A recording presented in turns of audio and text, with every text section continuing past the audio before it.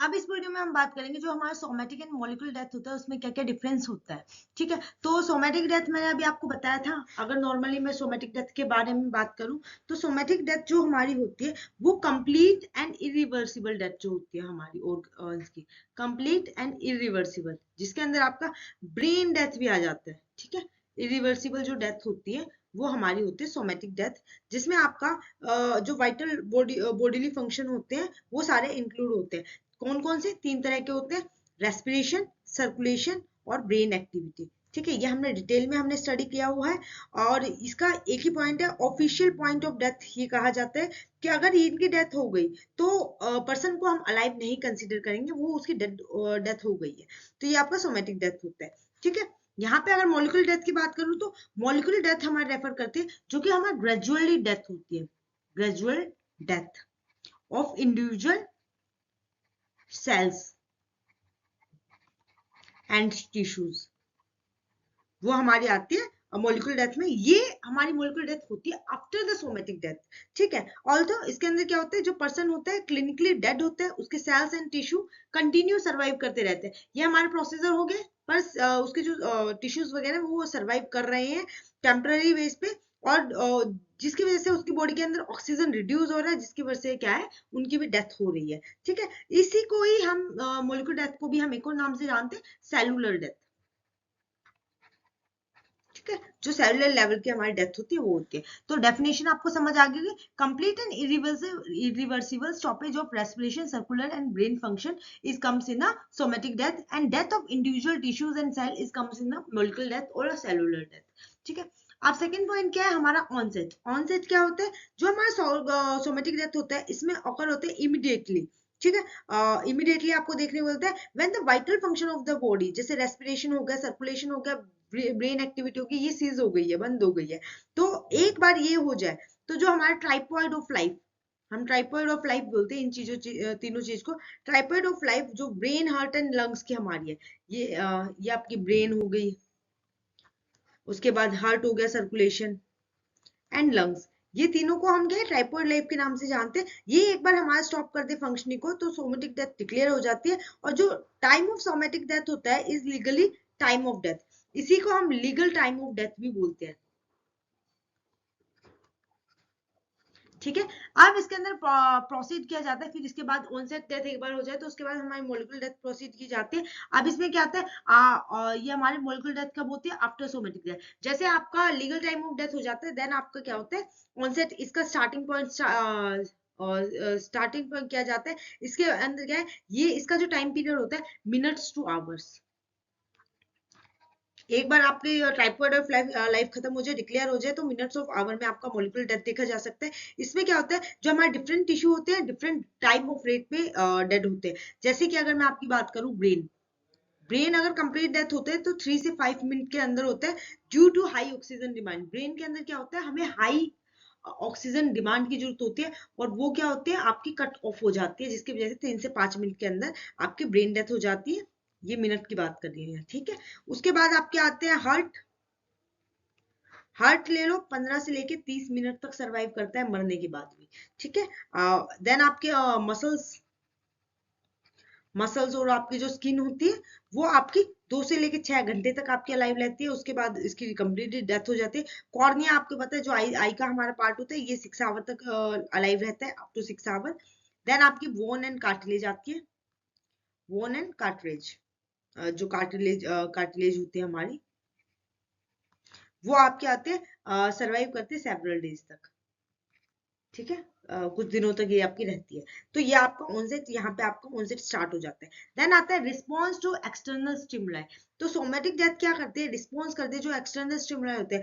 इसके अंदर क्या होता है, जो बॉडी होती है, body as a whole does not respond to external stimuli, पूरी पूरी बॉडी उस चीज पे रिस्पॉन्स नहीं करती। इसके अंदर क्या आता है, नो रिफ्लेक्स और रिएक्शन टू पेन, टच और इलेक्ट्रिक इंपल्स, किसी पे भी कोई भी आपका शो नहीं करती।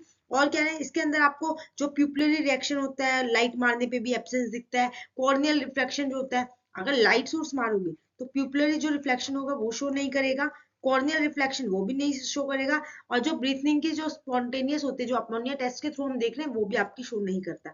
ठीक है, ये होता है muscle respond to thermal electric और केमिकल स्टिमुलाई। सिर्फ इसके अंदर आपकी मसल थोड़ी बहुत रिस्पॉन्ड कर देती है, वो भी पूरी बॉडी की नहीं करती, कुछ कुछ जगह की करती है।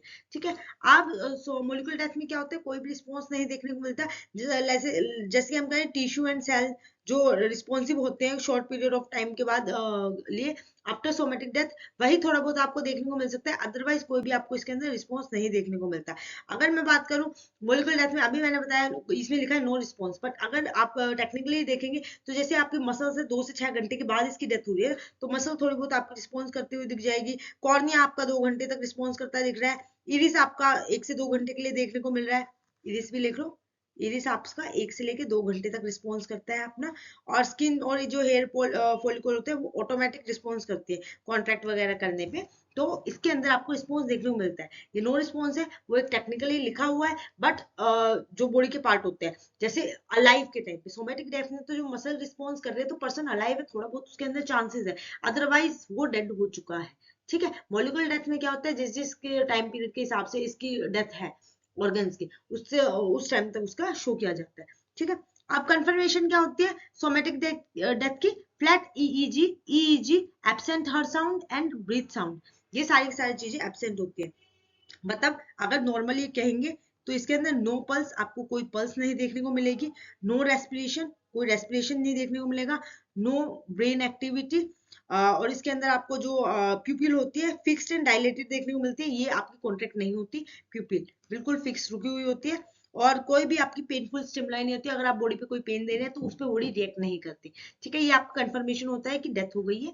मॉलिक्यूलर डेथ में क्या होती है, एल्गर मोर्टिस, जो आपकी एल्गर मोर्टिस होती है, आरएम होती है, हाइपोस्टेसिस होती है, ये आपकी शो करती है राइगर मोर्टिस। आरएम क्या है, राइगर मोर्टिस। ठीक है। तो इसके अंदर क्या आ जाता है हमारा लॉस ऑफ सेलुलर विजिबिलिटी, आपकी टिश्यू की इलास्टिसिटी खत्म हो जाती है, टिश्यूज की इलास्टिसिटी। उसके साथ क्या होता है, इलेक्ट्रिकल रिस्पॉन्स पे रिस्पॉन्स करना छोड़ देता है, टिश्यू डिजनरेशन देखने को मिल जाता है, कॉर्नियल ऑपेसिटी। अगर इसको माइक्रोस्कोपिक एनालिसिस करेंगे तो आपकी सेलुलर इंटीग्रिटी बिल्कुल खत्म हो जाती है। एल्गर मोर्टिस आपको पता ही है, जो आपकी बॉडी के अंदर स्टिफनिंग वगैरह आती है, रेगल मोर्टिस से स्टिफनिंग आ गई, आपकी हाथ में दिख रहा है, बॉडी के अंदर दिख रहा है। एल्गर मोर्टिस आपकी बॉडी ठंडी हो गई है, हाइपोस्टेसिस जो आपकी बॉडी के अंदर स्ट्रेनिंग होती है वो शो होती है। ये सारी चीजें आपकी मॉलिक्यूलर डेथ में कंफर्मेशन शो कर देती है। बट जो हमारी सोमेटिक डेथ होती है इसके अंदर जो हमारी कंफर्मेशन शो कर रही है वो आपकी शो करती है जो आपके पेलर लिवर राइगर मोटिस होते हैं, ये चीज भी इसके अंदर सोमेटिक डेथ के अंदर साइन शो कर देती है। ठीक है। अब रिजेम्बलेंस कैसी होती है, सोमेटिक डेथ की जो रिजेम्बलेंस होती है, suspended animation, coma and hypothermia. Suspended animation क्या होते हैं, वही जो आपकी बॉडी के अंदर शो करते हैं कि हाँ कि आपका डेथ हो गई है, कोमा आ गया है, हाइपोथर्मिया वाली कंडीशन आ गई है। इसके अंदर क्या होता है, बॉडी अपेयर होती है lifeless, no visible sign of life, आपको कोई भी विजिबल साइन नहीं दिखेंगे कि जिससे आपको लगे कि पर्सन अलाइव है। फिक्स्ड प्यूपिल रहेगी, एब्सेंस रिफ्लेक्शन रहेगा, skin become pale and cool, बिल्कुल ठंडी हो जाएगी। नॉन लिविंग एंटिटी आपको रिजेंबल दिखती लगेगी बॉडी के आसपास, तो आपकी सोमेटिक डेथ हो गई है। मॉलिक्यूलर डेथ में क्या हो, no resemblance to any condition, कोई भी कंडीशन हो कोई रिजेम्बलेंस नहीं होगी, बस वही है टिश्यूज वगैरह है वो 6 घंटे तक जाते हैं तो वो थोड़ा बहुत आपको देखने को मिल सकता है, अदरवाइज कुछ भी नहीं होता। इसमें एग्जैक्टली सेम होता है। तो टेम्परली आपको थोड़ा बहुत देखने को मिल सकता है इसके अंदर टिश्यू की विजिबिलिटी, अदरवाइज आपको कुछ भी देखने को मिलती है। तो ये आपका डिफरेंस है सोमेटिक एंड मॉलिक्यूलर डेथ में। इसमें मैंने अब तक जितना पढ़ाया है ऑलमोस्ट सब कुछ कवर अप कर दिया है। तो आपके एग्जाम में अगर ये आ रहा है नॉर्मली, अगर बीएससी या एमएससी के आप इतना भी लिखोगे तो इनफ है। ठीक है।